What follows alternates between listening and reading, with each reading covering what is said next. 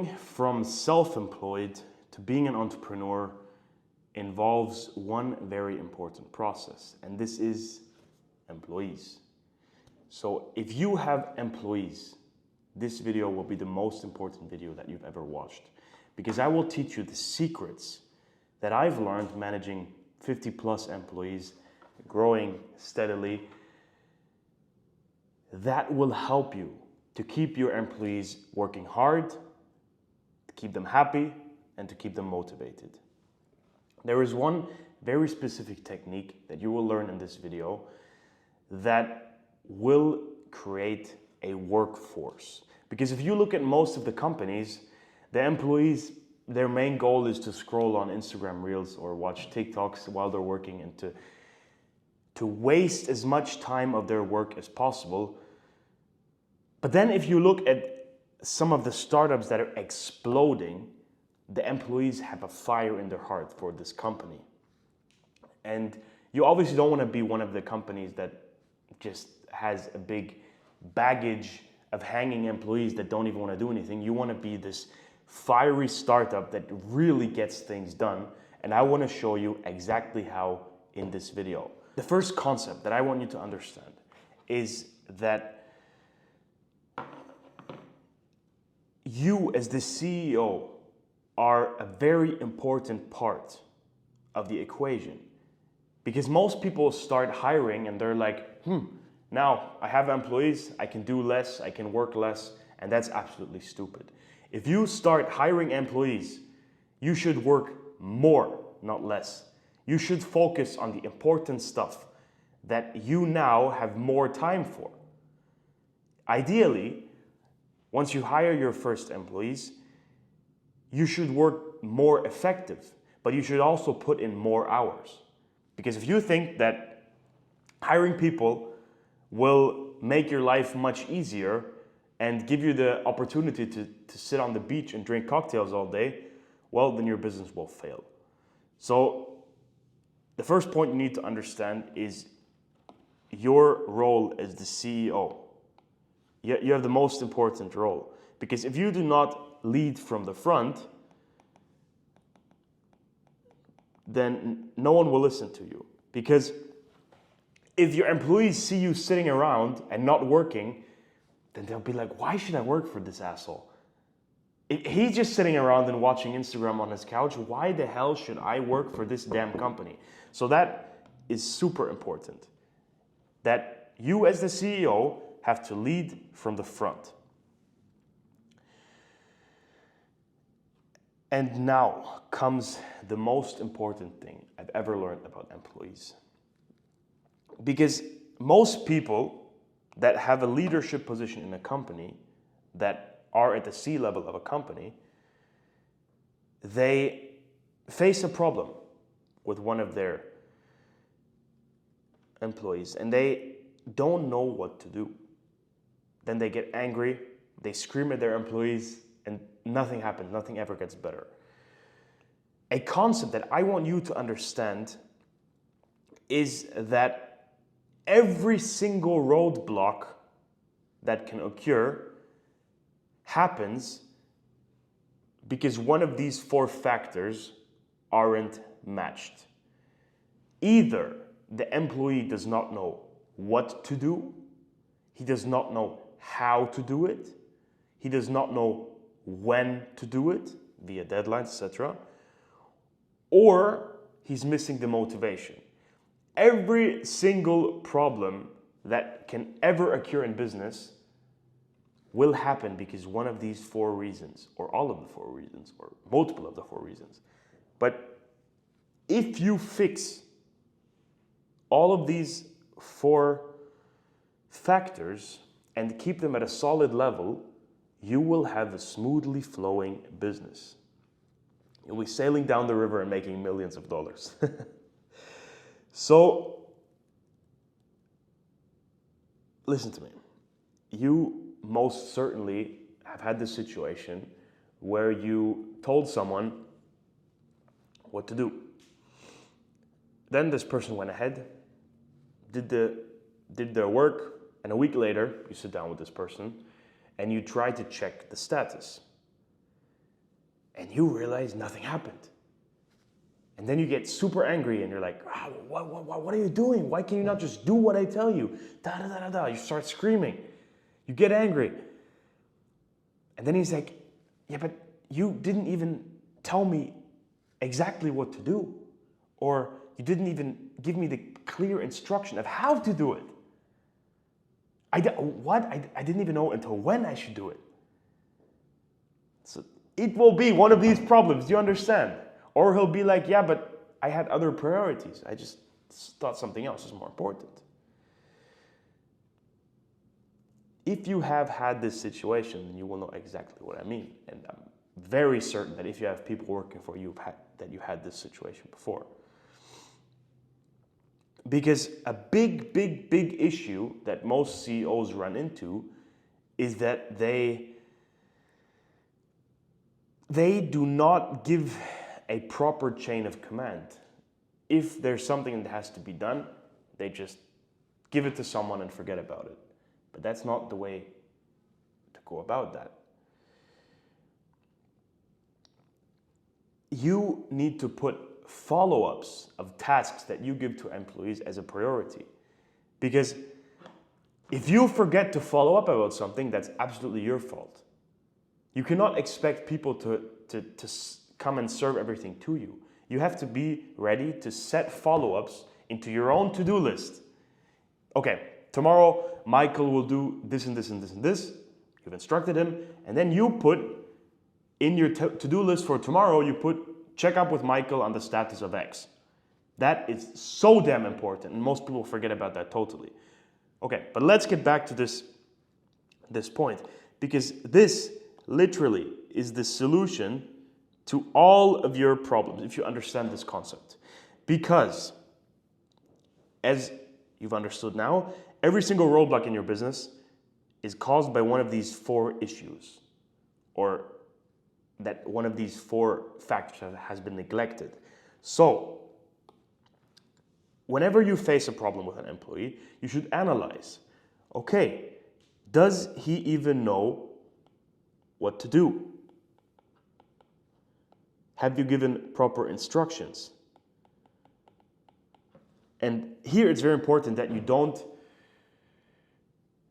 expect someone to have the same skills and applicable knowledge of things as you do, because that's also a big mistake that most CEOs do. That, of course, you've had 5 or 10 years of experience. Of course you know how to solve a certain problem, but you cannot expect your employee to solve it in the same way as you do. So giving proper instructions is a key element for the how. That is literally training. Because if someone does not have enough training, how should he even do the task that you expect of him? It's just not possible. The when is very simply fixed by deadlines. Now, the motivation. This one is a more complicated one, which I will explain now. The motivation is based on checklists and feedback loops. Wait 1 second, I will explain exactly how to do this. Because you need to understand that the hardest ones, the what is easy. The when is easy. The hard ones are the how and the motivation. These 2 are what causes the problem most of the time. So now, how do you fix the motivation?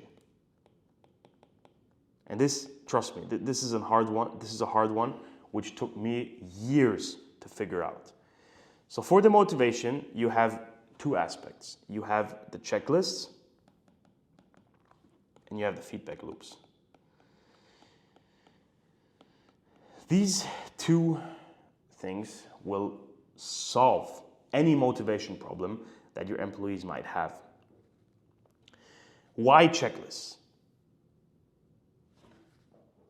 Why do you need checklists? Because, now let's think about it. How do most entrepreneurs handle low performance and low motivation? As I said, they go into a Zoom call, they scream at their employees, that's it. They just get super angry. And that's a horrible feedback loop. That's horrible, horrible, horrible, because then your employees will just shut down and not listen to you and not want to take your advice at all. So, one way of how to fix this is by having clear checklists. Because it's very similar if I come to you and tell you, you have to get better with girls. You'll be like, okay, you'll do whatever, and a week later I'll ask you, okay, so how's it going with your journey, with getting better with girls? And you'll be like, yeah, I don't know. And then I get angry at you and I'm like, what the hell are you doing? You're so stupid. This is how most CEOs handle their problems. And a super important skill that you need to develop as a business owner is the ability to create proper checklists. Because, going back to the example of getting better with girls, if I tell you, okay, you need to download Tinder, you need to fix your Instagram profile, you need to go on 3 dates next week, you need to go shopping and get better outfits, you need to buy this course for having better speaking skills. All of this will make you reach your goal much easier. Because, example, dating. Because this will make it trackable. And now, to go back to this example, if I tell 2 of my friends, they both have to get better with girls, then, and I make a checklist for both of them, and then one of them crosses off all the boxes, and one of them doesn't, obviously the one that crosses off all the boxes will have better results, then it's very, very easy to give feedback to my 2 friends. Hey, James, you crossed off all the boxes. Very good, that's why you have success. But Peter, why didn't you finish your task? What happened? Did you not know what to do? Did you not know how to do it? Did you not know when to do it? Or did you miss the motivation? Do you understand this concept? This is the key to properly managing people. It's most important for business, but like I just said, even with giving advice, packaging and unpackaging things and making proper checklists is such an important skill for everyone in a leadership position, because that makes it trackable, that makes it easier to really ensure that you get results. And that's literally the only real way it can work. Every business, every S&P 500 business in this world has departments where checklists are made. Without checklists, nothing will work. So how do you make checklists? I mean, first of all, that's your job to figure out because you're the CEO of your business. But if you have a really hard time to make these checklists for your employees, first of all, that's a very bad sign, because if you don't even know what's happening in your business and you're not in the process at all, then that's not good. You're going to lose traction and you're going to crash down. So what you can do is, if, for example, you have a sales team and you want to make a checklist for the sales team, first of all, if you have multiple employees, you can ask the one that's overperforming to write down everything he does in a day for a week, and then through that you can make a checklist what others should do, and you can compare what they're doing and what the other one is not doing. You can ask your employees to track their time. All of this will give you insight into the day-to-day of a successful employee. If you don't have multiple employees, then you have to get back into it. You should, if you want to optimize sales, then you should just get into sales for 1 or 2 days until you understand the workflow again, and then you can make a proper checklist. So I think checklists is very simple, because that gives you a clear and simple system of how to make sure your business moves forward. Now, the complicated part, and this one is much harder. Let me make it red. Oops. Feedback loops. This one is much harder and much more complicated than checklist, because checklist, it's a simple task and it's pretty similar for everyone. But feedback loops is much more complicated. Because think about it. Why I myself did cold calling for a while. One of my business partners did cold calling for a very long while. Ask yourself, why does everyone hate cold calling? Think about it. Why does every single person on this planet hate to do cold acquisition and cold calling?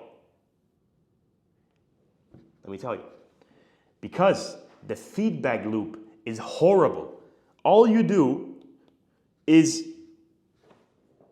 you reach out to people, and hopefully, in the best case, they have another call with the sales team.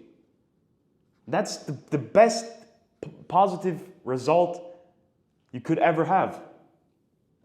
So, cold calling is a very good example for a very negative feedback loop. And then it's your mission as the CEO, as the manager, to create a positive feedback loop. Because if you were my cold caller for my business, then the way to make you motivated and the way to make you perform would be to create a positive feedback loop. To say, okay, if you send over 5 leads to the sales team, you will get a $1,000 bonus. That will make you super motivated. That will create a feedback loop. And first of all, you need to understand that money is societally, no, that's not the right word. Money is a positive feedback loop that is instilled in our brain just from how society works. So money is a positive feedback loop. Like, money is just a very good feedback loop which you can use, but it's not everything. The way to create feedback loops is that you should really find out, what does your employee want? What are his dreams? What are his wishes? What, based on his previous experiences, based on how he grew up, based on how his parents treated him, what are his inner wishes and dreams? As a CEO, you should be able to read people and understand what their wishes are. Because maybe he just wants to spend quality time with you. Maybe he just wants to go on a nice lunch. Maybe he wants to go on the racetrack and race cars with you. Maybe he wants to go shopping. Maybe he wants to go on a nice team event somewhere. You have to find this out. What does your employee truly want? And if you have this, you can create positive feedback loops. You can make a scenario where your employee gets rewarded for good performance. And us humans, we only do things to receive what happens afterwards. Think about it. Everything we do for the end result. There's nothing in this world that you do for what happens before. You always do something for the end result. And it's just like this with work and with feedback loops. If you create proper feedback loops, that will keep your employees motivated and happy. Obviously, a good negative feedback loop is that you tell them, look, if you do not fix this, or if something bad happened, and you sit down with them and you're like, look, we cannot have this in the company. We cannot work like this. Obviously, being fired is a huge, huge, huge negative feedback loop. So this is how you can create feedback loops in your business. I think now you understood of how to properly manage employees and how to fix every single one of the 4 problems that can cause a roadblock in your business. Again, just to break it down for you, so you have a clear plan, you have a summary of this whole video. If the problem is what to do, then you just need to work on your instructions. If the problem is how to do it, you need to work on the training. If the problem is when to do it, you just need to give better deadlines. And if the problem is motivation, you need to start working and you need to improve checklists and you need to work on the feedback loops. And a very good way to analyze which of these 4 aspects are relevant is just to sit down and not be like, Peter, you're so stupid. What's going on? Why are you not performing? This is so stupid. It was the biggest mistake to hire you. That's what a loser CEO would do.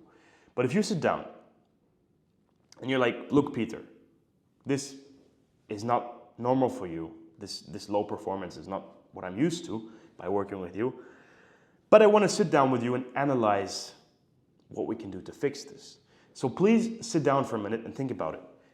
Is it that you don't really know what you have to do, that you don't really know how to do it, that you don't really know until when to do it, or honestly, you just don't really feel motivated? If you sit down and use this framework, you will have a much, much, much better company. You can sit down and work on the specific points that you've learned from this discussion, and that will solve all your problems. I hope this video helps you. Leave a comment, subscribe, and I'll see you in the next one.